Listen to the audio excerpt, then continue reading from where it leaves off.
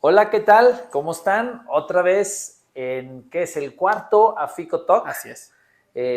donde hemos estado platicando sobre la industria del crowdfunding o fondeo colectivo en México, cómo se ha ido formando, quiénes son los jugadores actualmente. La última, invitamos a Rocío Robles para que nos platicara de cómo fue la regulación, cómo funciona la regulación y cuál es el objetivo de que exista la regulación.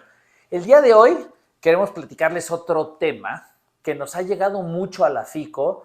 En las universidades constantemente hay proyectos de nuevas empresas, de emprendimientos, y hay mucha curiosidad de emprendedores, de gente que quiere emprender en el mundo de crowdfunding en México. Y pues quisimos hablar el día de hoy sobre qué es lo que necesitas para emprender, qué es lo que tienes que saber para emprender en el mundo de crowdfunding en México, sea cual sea de los modelos, ¿no? Recordando que tenemos distintos modelos: los crowdfundings financieros y los crowdfundings no financieros. Los crowdfundings financieros es los de deuda, ¿no? Yo a través de la plataforma de crowdfunding le presto a personas o empresas, ¿no? Los inversionistas le prestan a personas o empresas. Están los crowdfundings de equity o de capital, donde los inversionistas le ponen capital, o sea, se vuelven socios a través de distintos modelos de las empresas. Están los crowdfundings inmobiliarios, que pueden ser de capital o de deuda, pero enfocados al sector inmobiliario. Y copropiedad. Y copropiedad. Copropiedades también entra dentro de la categoría de financiamiento, donde son copropietarios los inversionistas de lo que se está invirtiendo el dinero.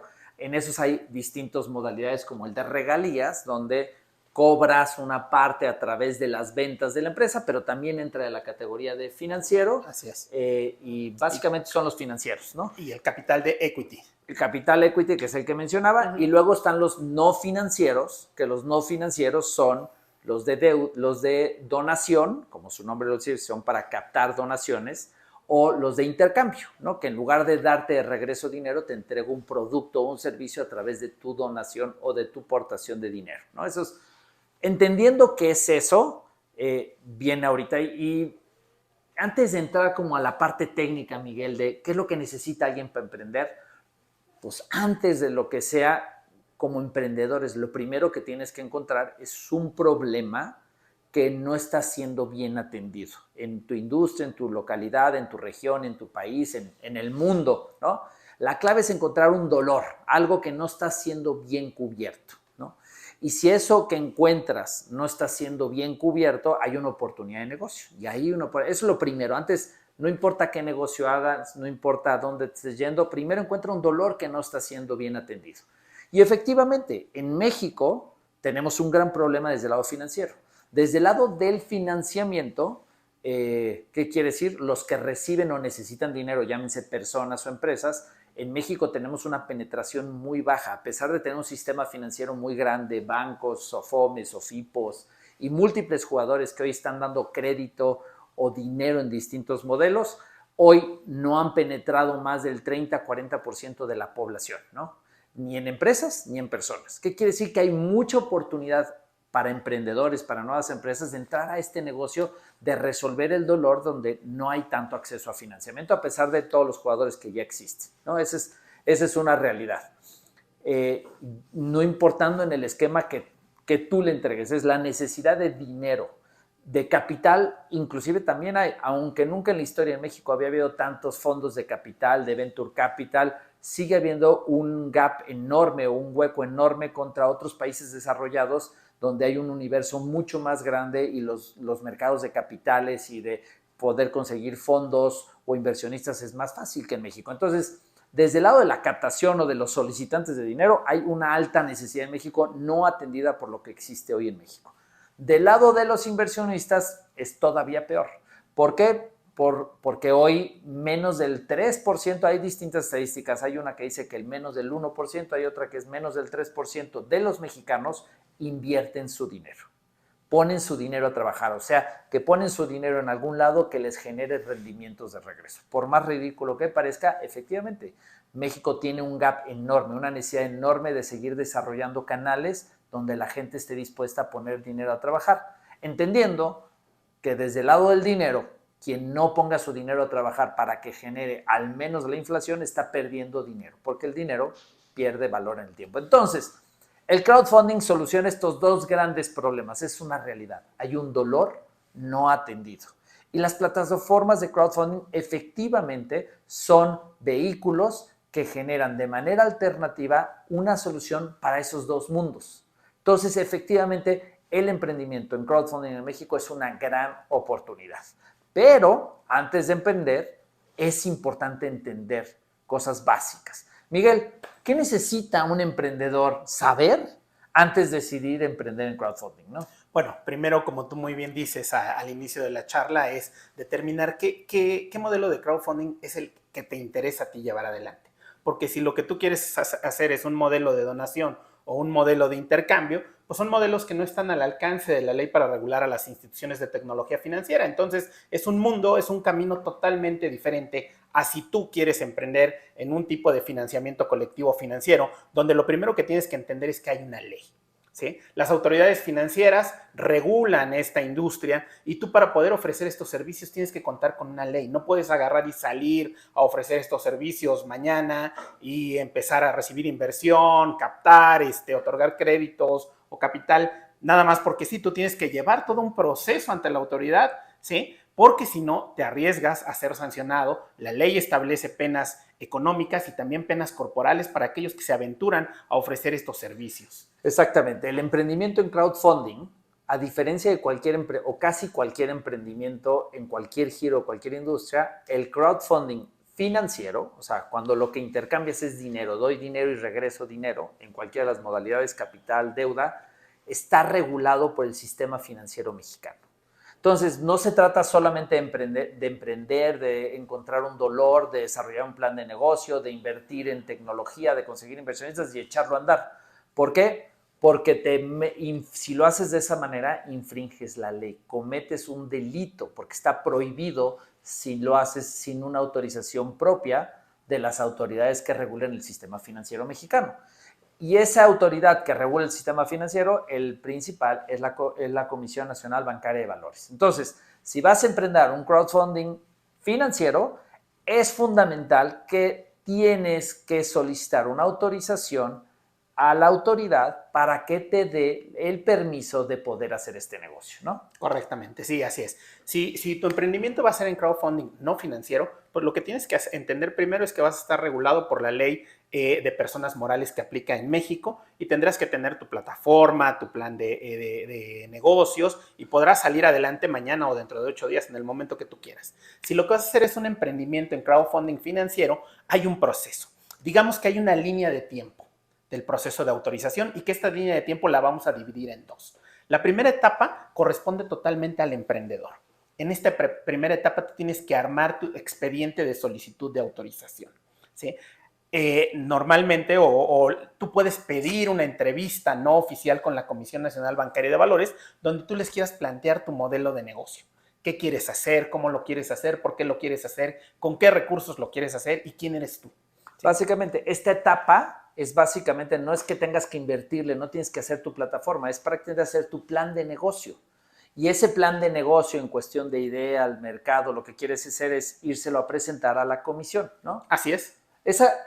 ¿Hay que írselo a presentar o hay alguna ventanilla donde tú puedas ingresar esa solicitud? Tú puedes hacer una cita virtual o en persona con la Comisión Nacional Bancaria de Valores. Después de un tiempo te dan la cita, tú puedes hacer esa entrevista, ¿sí? Y es de alguna manera ponerle cara a tu emprendimiento, ¿sí? Nunca está de más estar cerca de la autoridad en estos procesos, entonces creo yo que vale la pena. Cuando les digo irse a sentar con la autoridad, la mayoría de los emprendedores se espantan pensando que la autoridad es un monstruo con colmillos que muerde y no, son bastante amigables, son pro negocio, quieren que hayan más jugadores, no es tan difícil. Obviamente es gobierno y no es que pidas la solicitud, la cita hoy, te la dan hoy, hay que hacerlo con tiempo, te tardas un par de meses en conseguir la cita, pero es viable y eso es lo que se tiene que hacer. Y esto ahí todavía no inviertes, ahí estás en plan de negocio, ideas, tus proyecciones, un poco para que la comisión te guíe en si lo ve con pies para seguir adelante con el proceso. Es fundamental cómo lo haces para buscar un inversionista, cómo haces para validar el mercado.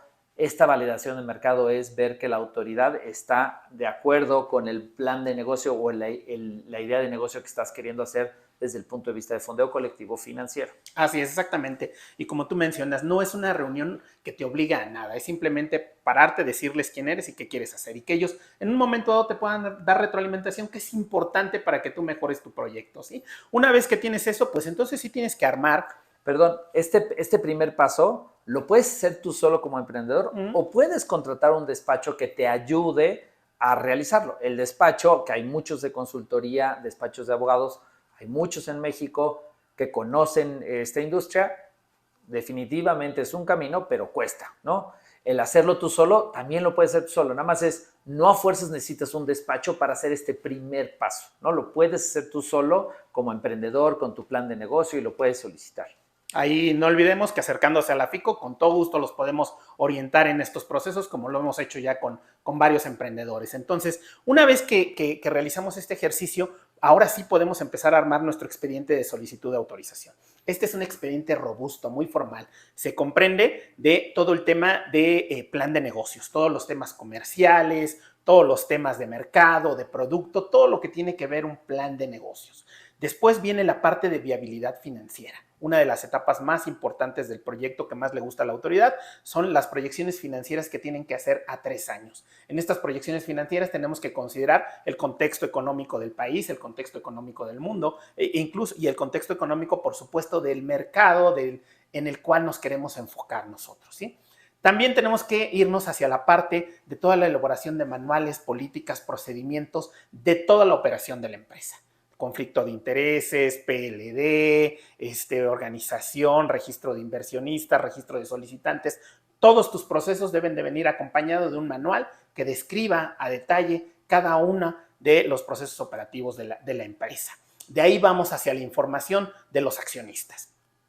Toda la información que nos va a requerir la autoridad a detalle de los accionistas, sobre todo de aquellos accionistas que pretenden tener del 10% hacia adelante de participación de la sociedad, van a ser revisadas por la autoridad. La ley establece diferentes criterios en los anexos que dentro de las disposiciones secundarias se presentan.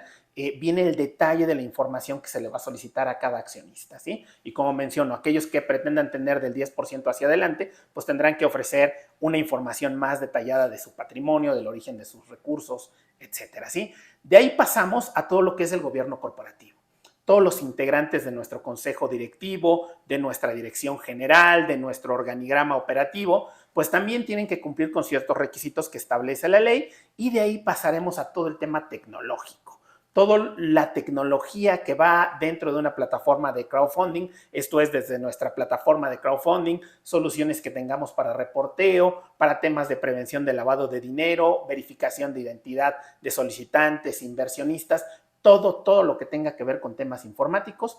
También hay todo una parte dentro de ese proyecto de solicitud de autorización que hay que detallar en ese sentido. Adelante. Perdón, todo esto es nivel escrito. Así es. No lo tienes que tener hecho. Así es. Es como un plan de negocio súper detallado, armar todos los manuales, como preparar la empresa para arrancar, pero no la tienes que hacer. Nada más es documentarla, armarla, estructurarla, hacer los manuales operativos, como si ya estuvieras operando. Pero todo es a nivel escrito, ¿no? Eso es importante.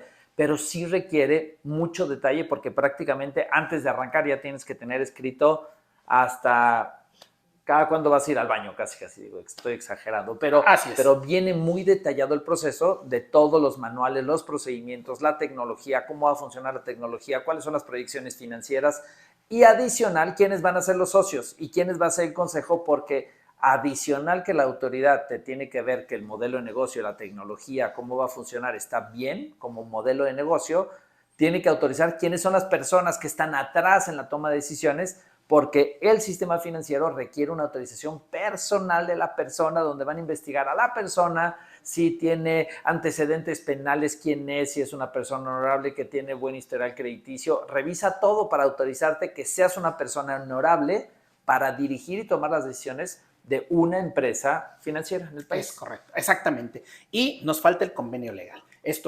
El compendio legal, perdón. Esto es, que tus apoderados tengan los poderes adecuados de actos de administración para llevar adelante este proceso, que si tu sociedad, la solicitud la vas a hacer con una sociedad ya constituida, tengas los instrumentos legales donde los accionistas autorizan a esta empresa a llevar este proceso. Si no es así, pues que tengas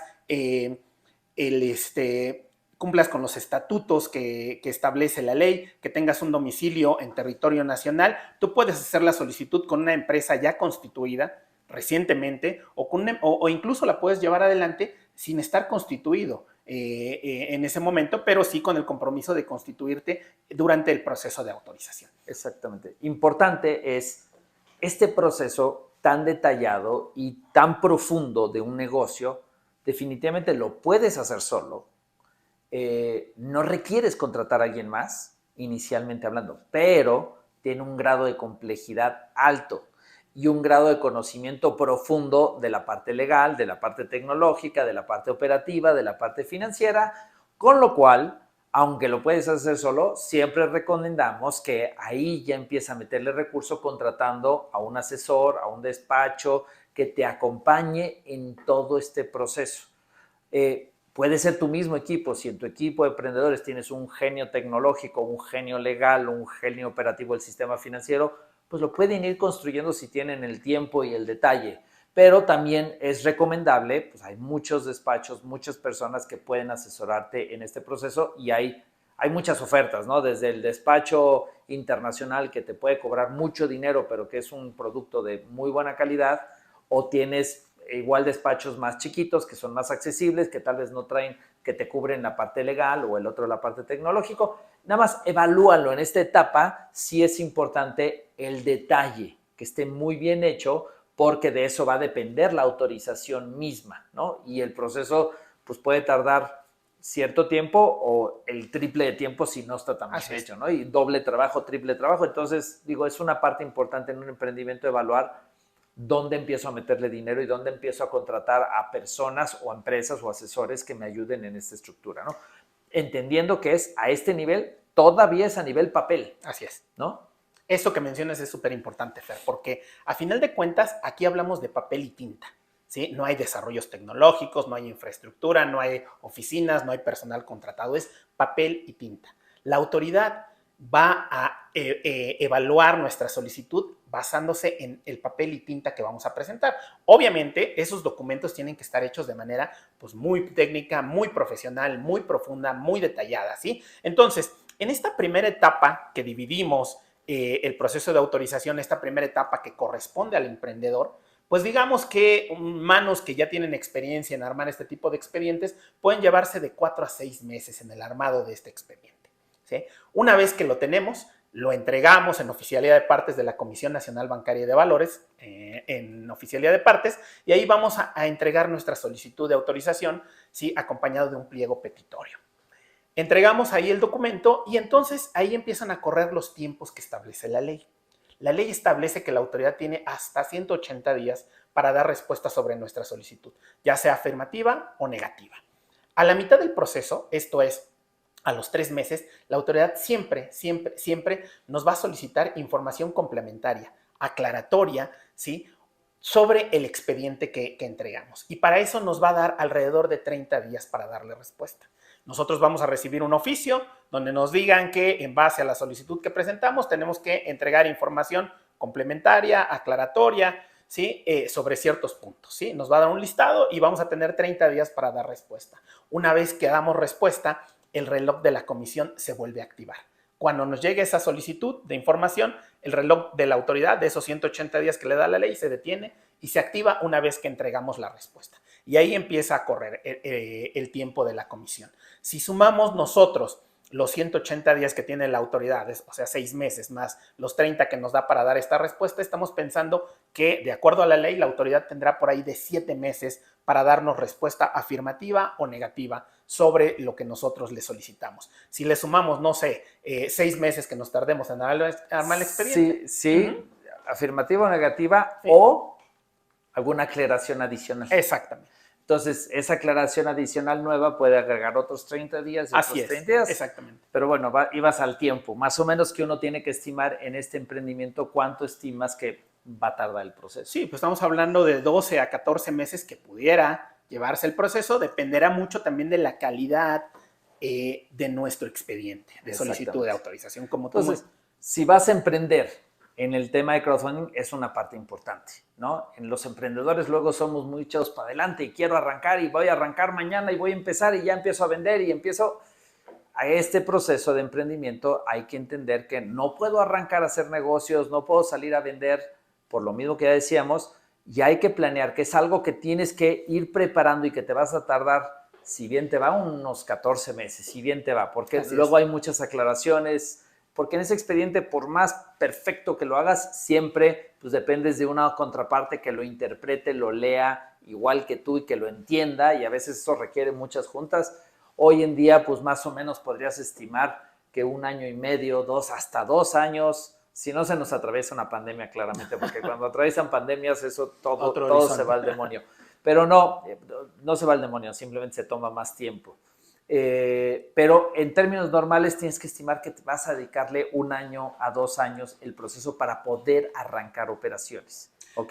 Así es, pero no olvidemos por qué es importante que tengamos una licencia, no olvidemos por qué la autoridad, por qué el regulador, por qué el legislador mexicano determinó que necesitamos una licencia para operar una de estas empresas, ¿sí? Nosotros en la industria al cierre del 2022 ya fondeamos más de 10,800 millones de pesos. Entonces, la licencia que nos van a dar es una licencia de una empresa integrante del sistema financiero, como un banco, una Afore, una casa de bolsa, una aseguradora. Es una empresa por la que pueden pasar miles de millones de pesos de mexicanos. Entonces, ese es por eso exactamente, esa es la seriedad. Tocas el dinero, esa es la razón. Tocas el dinero de otras personas en tu empresa, en tu modelo de negocio, y eso tiene que estar protegido, pero también cuando logras la autorización te da una oportunidad de oro para resolver un dolor, hacer negocio, ayudar a otras personas, empresas, a la educación financiera y a resolver el gran dolor que tenemos en el sistema financiero. Sí, por eso podríamos estar pensando, hoy hay que entregar un expediente muy grande, muy técnico, hay que invertir en asesores, hay que esperar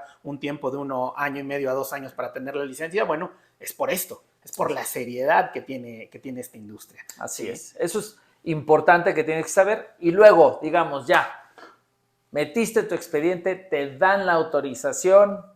¿Qué sigue? ¿Cuál es la tercera etapa? Tú vas a estar muy feliz en tu casa, vas a ver, en tu computadora te va a llegar un correo donde te va a llegar un oficio donde la autoridad te dice que ya te dio la autorización, ¿sí? Y a los 2 días esta autorización va a estar publicada en el Diario Oficial de la Federación. Y entonces aquí empieza a correr nuevamente el reloj, ¿sí? Porque recordemos, a nosotros nos autorizaron con papel y tinta, con nuestro expediente de solicitud de autorización, y todo eso está perfecto y está muy lindo, pero ahora la ley establece, las disposiciones establecen que yo, emprendedor, voy a tener hasta 180 días, 90 días más si pido por ahí una prórroga, para transformar ese papel y tinta en la infraestructura necesaria para operar una de estas empresas. Entonces, una vez que yo tengo la licencia, tengo 6 meses o hasta 9 meses si pido por ahí una extensión de plazo, para que ese documento lo transforme en la oficina, los proveedores, el personal, los manuales, las políticas, la plataforma, el gobierno corporativo, los empleados, todo. Así es. Todo lo que dije en documento, todo lo que puse en documento, ahora en realidad, para poder ofrecer los servicios. Sí, y el chiste es, tienes cierto tiempo para iniciar operaciones y para arrancar lo que dijiste. Si se te pasa el tiempo y no inicias operaciones, pues simplemente pierdes la licencia, ¿no? Ese es el riesgo, ¿no? De decir, oye, bueno, después de 1 año y cacho decido no operar, pues bueno, no, o sea, es el worst scenario, ¿no? Simplemente te retiran la autorización. Así es. Pero bueno, ese es el paso siguiente. ¿Qué quiere decir? De que empiezas a que realmente puedes empezar a vender, pues al menos son 2 años, de 2 a 3 años, ¿no? Ese es el procesito que más o menos tarda, ¿no? En el mejor de los casos, que es importante en el emprendimiento entender este proceso, ¿no? Puedes hacerlo como te lo platicamos, irlo haciendo en papel y luego arrancas operaciones, levantas el capital para hacer el arranque de operaciones y invertirle en la tecnología y todo eso, y luego en esos 2 años empezar a arrancar las operaciones y empezar a atender el mercado de solicitantes y de inversionistas.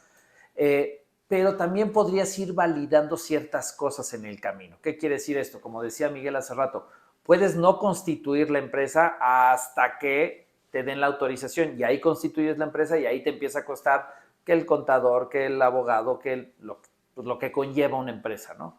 O podrías empezar con una empresa, constituirla, a validar ciertas partes del negocio.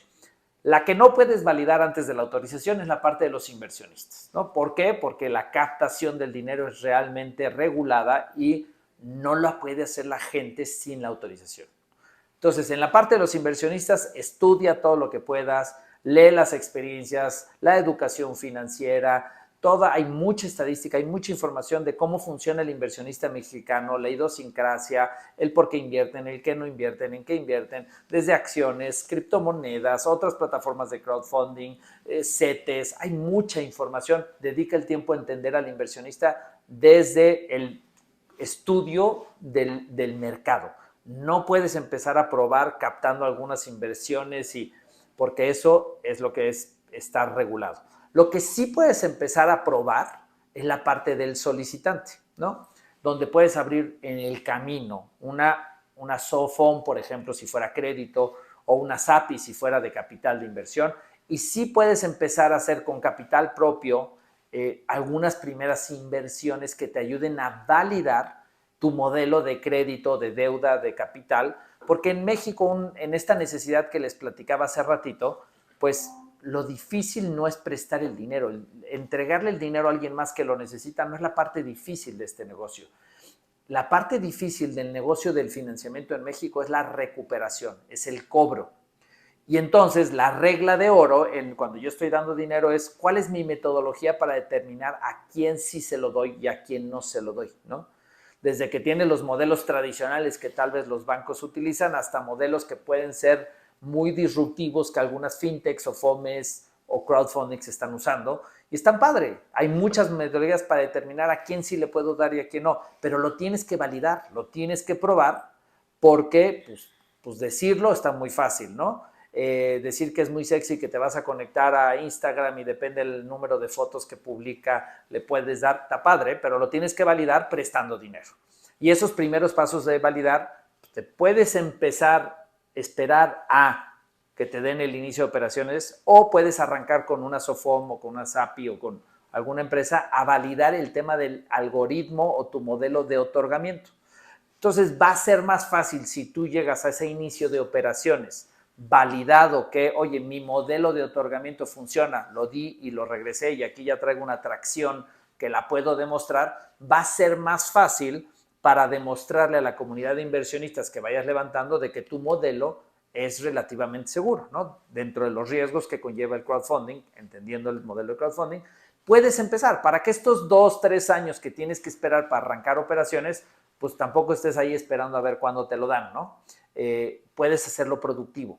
Al fin y al cabo, es como les decía al principio, entender un dolor que no está bien atendido, hacer tu modelo de negocio de ese dolor no atendido y hay que salirlo a validar, hay que salirlo a entender.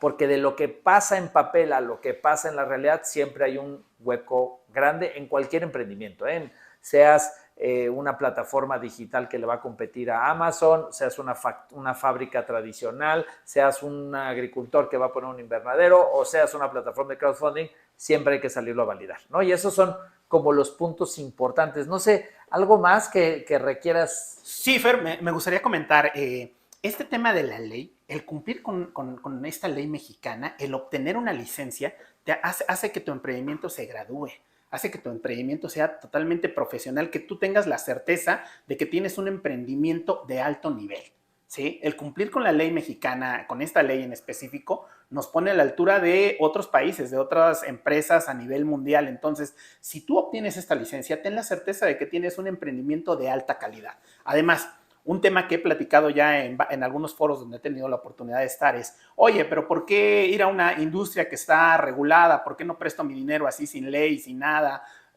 Es como aquellas empresas o aquellas distribuidoras de autos que empezaban hace muchos años, ¿sí? Cualquiera podía agarrar y comprar y vender autos usados en la esquina de su casa o donde fuera. Aquellos que empezaron a sujetarse a reglas, procedimientos que las grandes marcas, los grandes concesionarios les ponían, es similar a esta industria, son los que han perdurado en el tiempo. Esta industria regulada, donde todo está claro, donde sabes lo que tienes que hacer, cómo lo tienes que hacer, cuándo lo tienes que hacer, lo que va a hacer es que tu empresa perdure en el tiempo. Totalmente de acuerdo. Si obtienes esta licencia que parece dolorosa y tortuosa y larga, es de altísimo valor para el éxito de tu emprendimiento, ¿no? Y va a asegurar, porque vas a traer muchas de las cosas que tal vez el emprendedor no lo hace en sus fases iniciales, aquí vas a llegar con pensado todas las esquinas. Entonces va a hacer que tu emprendimiento sea bastante sólido, bastante fuerte y la probabilidad de éxito sea mucho más fácil que cualquier otro emprendimiento que no pasa por este proceso. Y la licencia por sí sola tiene un valor importantísimo para el sistema financiero, para el mundo de inversionistas. Te va a dar mucha certidumbre hacia levantar dinero, capital y atraer inversionistas y hacer que el negocio funcione. Así que no te espante esto de los tiempos, al contrario, que te motive si esto es lo que quieres hacer, si este es el dolor que quieres resolver. Y en México tenemos muchos de estos dolores y una necesidad de muchos más emprendedores que se animen a resolver y a mejorar las condiciones para todos los mexicanos. Pues muy bien, Miguel, cualquier pregunta, si tienen alguna otra duda de cómo emprender, cómo hacerlo, quieren asesoría, métanse a fico.org. Ahí hay mucho contenido en la página, pero también nos pueden hacer preguntas y encantados como asociación los podemos guiar, les podemos recomendar y les podemos resolver sus dudas. Así que anímense a emprender en crowdfunding. México los necesita. Gracias.